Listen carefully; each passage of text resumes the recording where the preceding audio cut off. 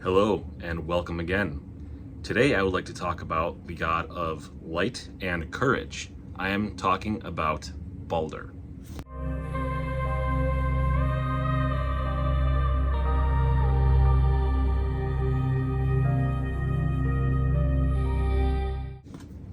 Baldr was the son of Odin and Frigg, along with his twin brother, Hodr. Now, Baldr was, in addition to being Odin and Frigg's son, he was like the golden child of the Aesir. Everybody loved him. Gods, even Jotuns loved Baldr. You know, wherever you work, you always have that one coworker who is just, man, you think to yourself, man, he's just an awesome dude.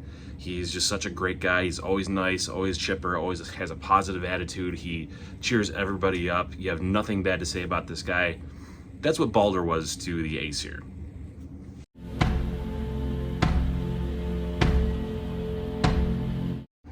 The positivity that Baldr brings to the gods and goddesses of Asgard starts to dwindle, however, when he starts having horrible, horrible nightmares. His nightmares keep him awake all night, and brings him down significantly, which in turn would bring down the cheerfulness of the gods and goddesses of Asgard.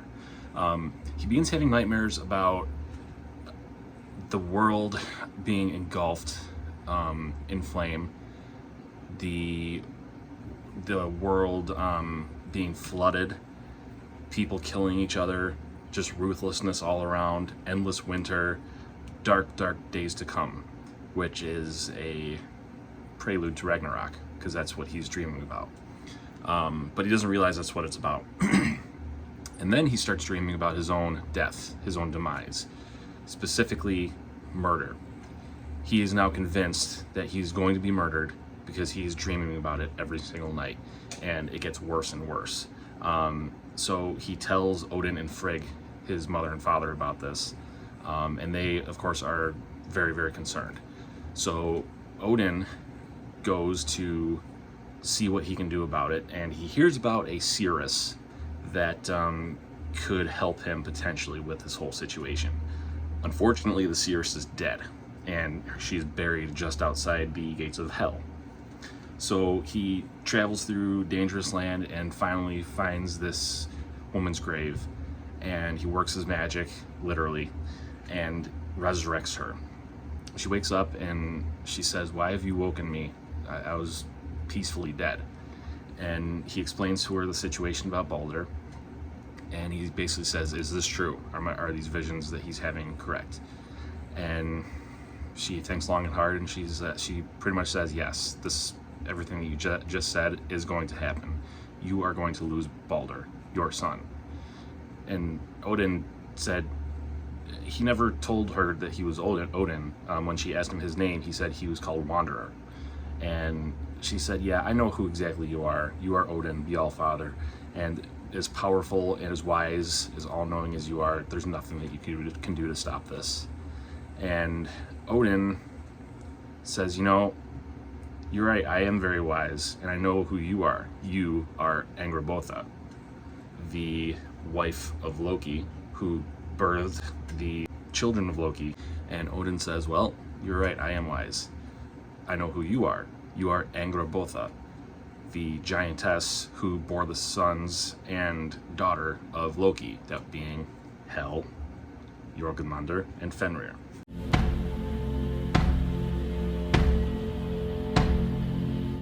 So Odin returns to Asgard, and he goes to Frigg, and Frigg is immediately says to him, "Okay, what'd you find out? What's going on?"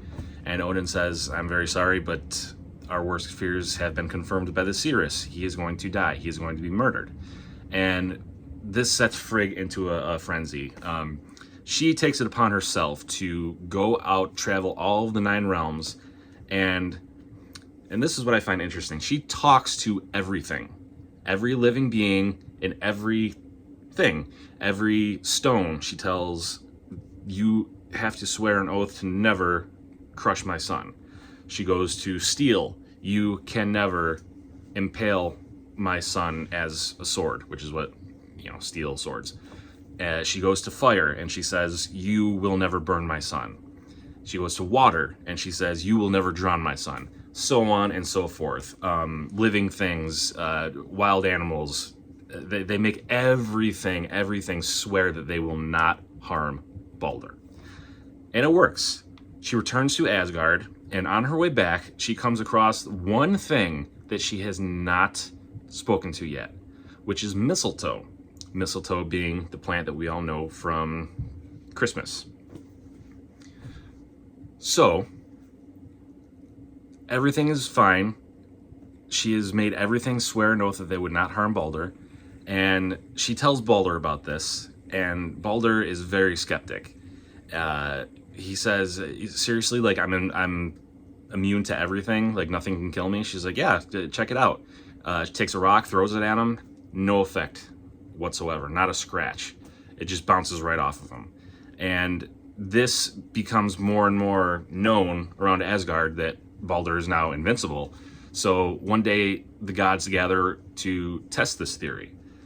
They start stabbing him with knives. They start slashing at him with swords and axes, and they're throwing stones at him. They're trying to test this theory that he's invincible, and sure enough, nothing harms him. Everything bounces right off of him. Nothing pierces his skin. He is totally fine. More and more people gather to watch as all of the gods try to kill Baldr, even though they know that he's invincible. It becomes a big game. Everybody's laughing, having a great time.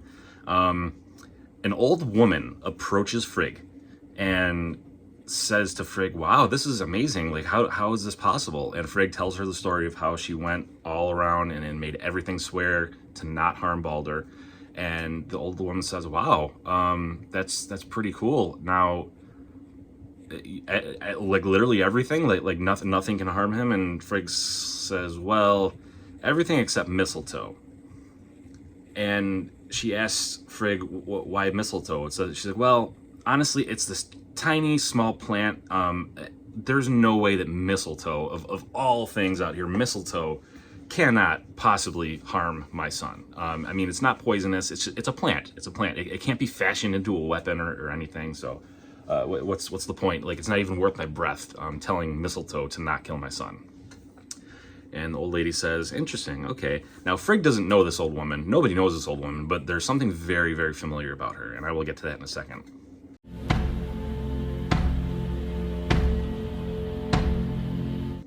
In comes Loki into the story. Now, this is actually Snorri's version of this story. There's another gentleman, Saxo Grammaticus, who has a different telling of this story where Loki isn't even involved, but for now, we're going to stick with Snorri's version. So, Loki comes and he approaches Baldr's brother, Hodr, who is blind. And Hodr is sitting there just looking very, very bummed out. Everybody else is laughing, having a great time, except for Hodr.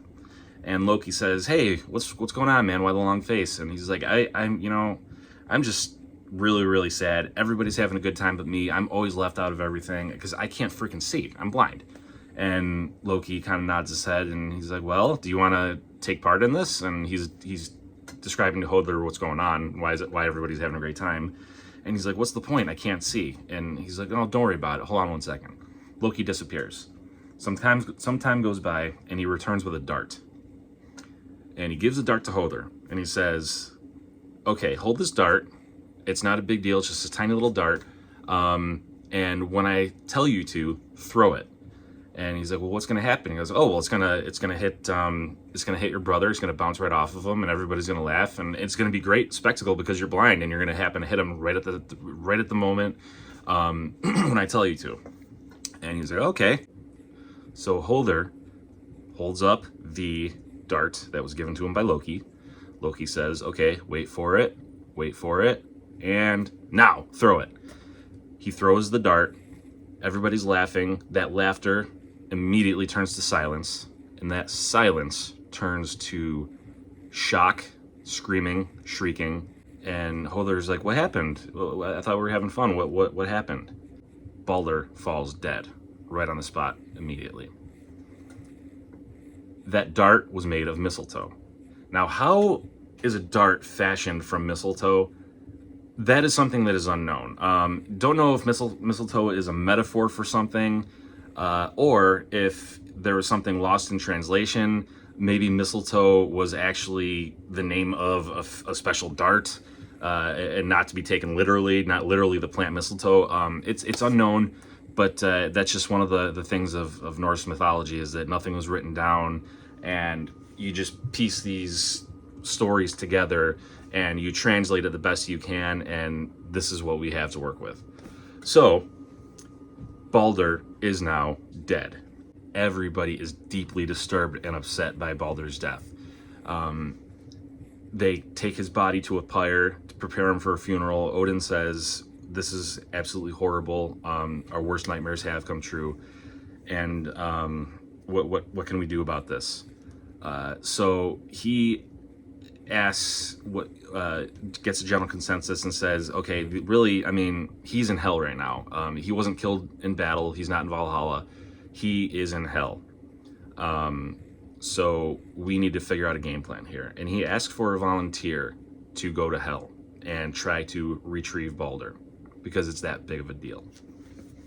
Someone steps up, and it is another son of Odin, Hermod. Hermod says, "I'll go. I'll brave that journey, and I will try to get hell back, or I'll try to get Baldr back from hell." So Odin gives him Sleipnir, his 8-legged horse, and the fastest and best horse in the entire universe. And after a long journey, he travels to hell. He approaches the gates of hell, and an old woman standing there, not the same Cirrus, but a different woman, says, "Who are you? I can see the blood pumping in your veins. You're not dead. Hundreds and thousands of dead people come this way, and here you are all alone." And he says, "My name's Hermod, and I'm here to retrieve my half-brother." And she says, "Oh, yeah, he came here 9 nights ago, and he is currently in hell drinking mead." And so he says, "Well, I have to appeal to hell in order to get him back." And she says, "Well, you can try. The gates will not open for him, though. He has to get a very, very long running start with Sleipnir and jump over the gate of hell." So he finally gets in, and he goes to the great hall in hell, and he sees Baldr. Also next to Baldr is Baldr's wife, Nanna. Nanna was so overcome with grief during Baldr's funeral that she had a heart attack or something along those lines and just fell dead. So they're both in hell together, and he tries to approach Baldr, and next thing you know, someone is standing there. It's a woman, the right side of her face, very, very beautiful. The other half of her face, like a rotting corpse. And this is hell. Hell says, "I know why you're here. You're here for your brother Baldr. I cannot give him up. He is dead. He's here. Sorry, that's just the way it works." And he says, he works out an agreement with Hell. And Hell says, "You know what? There's only one way that I can let him go back to the land of the living. You have to go through all of the realms, and you have to prove to me that every single thing will weep for his death. Every person, every animal, everything, just kind of like earlier in the story about stones and water and fire, everything has to weep for Baldr and be sad, genuinely sad that he's gone." He says, "Okay." So he goes back to Asgard. At this time, the gates of hell open for him because now an official deal has been made. And he goes back to Asgard, and he tells all of the gods what they have to do. And so Odin dispatches the gods and other people to carry this mission out of talking to every single living thing. And this takes quite some time. And sure enough, one thing after another weeps for Baldr. So it's looking pretty good. It's looking like they're going to get Baldr back from hell. However, this old woman is encountered. This is the same old woman from earlier in the story asking Frigg about the mistletoe. And this woman says, "No, I will not weep for Baldr. I am glad that he is gone. Screw you, screw the gods. Best of luck to you without Baldr." A little harsh, but I guess that's it. Everything else in the universe, everything else in all of the realms wept for Baldr except for this one old lady who showed up earlier in the story. So Baldr is gone. He is not coming back. And spoiler alert, that was Loki. Loki shapeshifted himself into this old woman. Earlier in the story, when Frigg is talking to this old woman, there's something familiar about this old woman. It's because it's Loki transformed into this old woman. Loki found out that mistletoe would kill Baldr. So he now is in this part of possible redemption where he could save the day and not turn into this old woman and not prevent him from coming back, but he turns into this old woman and refuses to weep for him. Now, it's very unclear why Loki did this, and this actually goes into the play how there's actually two versions of the story. The one that I just told is Snorri's, and I referred earlier to Saxo Grammaticus. In his version, the death was not Loki's fault. In fact, Loki wasn't even there at all. And it was actually a fight between Baldr and his brother, Hodr. Hodr and Baldr were fighting over Baldr's wife, Nanna. And just even being blind, he killed his brother Baldr. And that was all for the affection of Nanna, but Nanna ended up dying anyways. So it's really hard to say which version of the story is true. But one thing we can say is if we're going with the Snorri version, this is what's going to set up the stage for Ragnarok.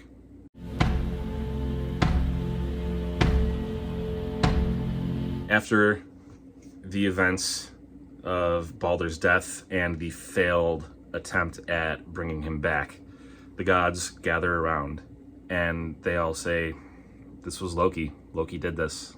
Of course it's Loki. Why not?" And they're still perplexed as to why this happened. But Loki, I should say, goes into hiding because he knows what he did, and he knows that the gods know what he did. And he just kind of lays low for a while. And this was the first really, really bad rift between Loki and the gods. Loki obviously has been up to mischief his entire time. After all, that's what he is the god of. He is the god of mischief. But this was like the first serious event where the gods are not just annoyed with Loki, but they are really, really freaking pissed at him. And this is going to set the stage for Ragnarok. I'm going to spend an entire episode talking about Ragnarok, so I'm not going to get into the whole rest of Loki's involvement in Ragnarok right now, but I will get to that in a future episode. So there's actually a very specific reason why I chose Baldr for this episode. This time of year, it's where spring is turning into summer. It doesn't seem like it's that long ago where it was winter and we were getting hammered with snow and the sky was gray. There was not very much daylight during the day. The days were very short, and now we are getting on the other half of the other side of that where days are getting longer. There's much more sunshine, and that's always my favorite time of the year, that sweet spot between spring and summer. And the god that comes into mind is Baldr. Again, the idea of Baldr being just this shining light, quite literally, of happiness and just bringer of a good mood, basically. And springtime / summertime does that for me. It cheers me up.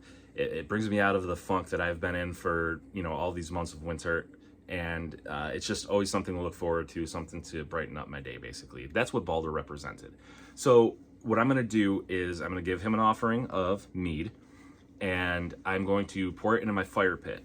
Now, previously, specifically in the winter months, I would pour my offerings just either in my driveway or into my grass, bringing it back to nature, as I say. However, now that the weather is nicer, I will pour it into my fire pit. And I recently learned something.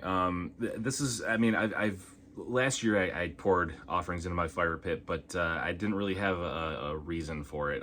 Probably just because I didn't really have an altar at the time, and I was still new. I'm still learning. But I believe it was Ocean Keltoi who suggested that when you pray, when you give offerings, and when you dispose of those offerings, it's always best to burn them, because it's a symbolic gesture of burning the offering and the smoke going up into the sky, into the, for lack of a better word, heavens. But it's physically going up to the gods so that they can receive that offering. So that's what I would recommend. You don't have to. This is just an example of what I do, but that's what I'm going to do. I'm going to give him an offering, and I'm going to give him a prayer that I just found. I'm going to read it out loud in my own personal time, but I will post this prayer. So feel free to use this prayer. I actually really like it. So without further ado, here we go. I'll talk to you in a couple minutes.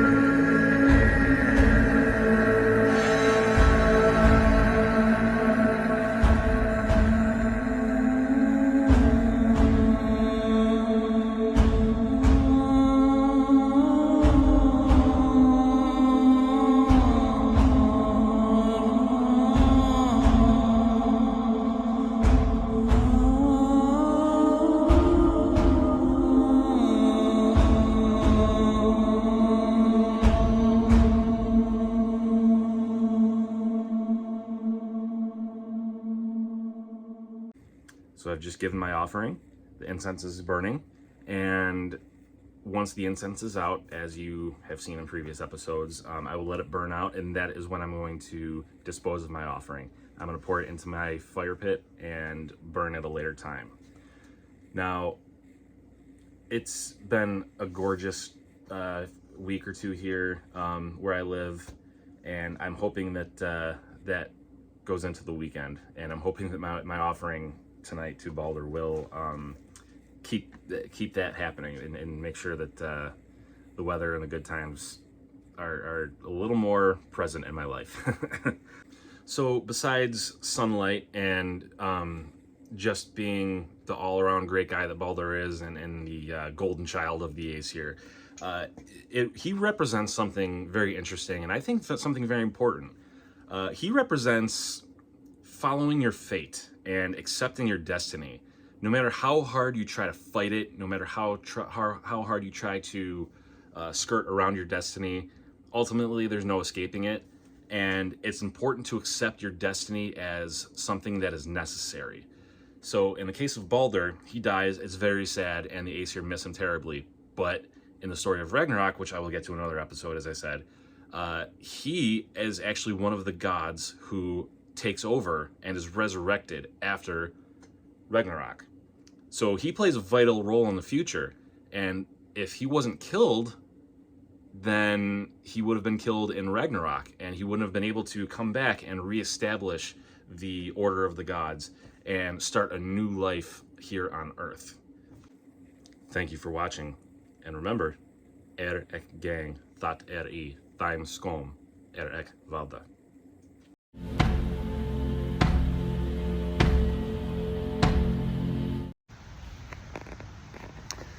Well, as I was saying, it is gorgeous out. There's not a cloud in the sky. The temperature is perfect. It's a little windy, but I'm totally fine with that. I came outside to enjoy nature a little bit, and it did not disappoint. And thinking about Baldr, destiny, everything I was talking about, the idea of not being able to escape destiny, embracing it,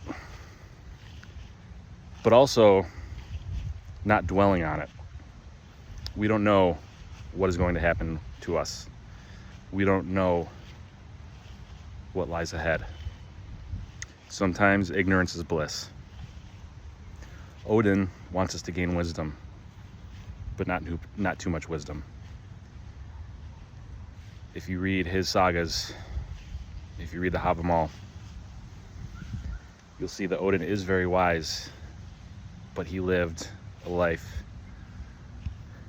that I don't think many would like to live. If you know everything, then there's really no point in gaining wisdom. And that's really the whole point of life, experiencing things, going into the unknown, learning along the way, all the way up to your death. I think that's what he wants from us. Baldr knew that he was going to die. Odin knew that Baldr was going to die. They did everything they could to prevent it, but he could not escape his own fate. So, as I look around in the beauty of nature, we need to try to remember to embrace everything, embrace life for all of its ups and downs. Don't try to escape anything. Embrace it. And hopefully it'll help you live a good life. See you next time.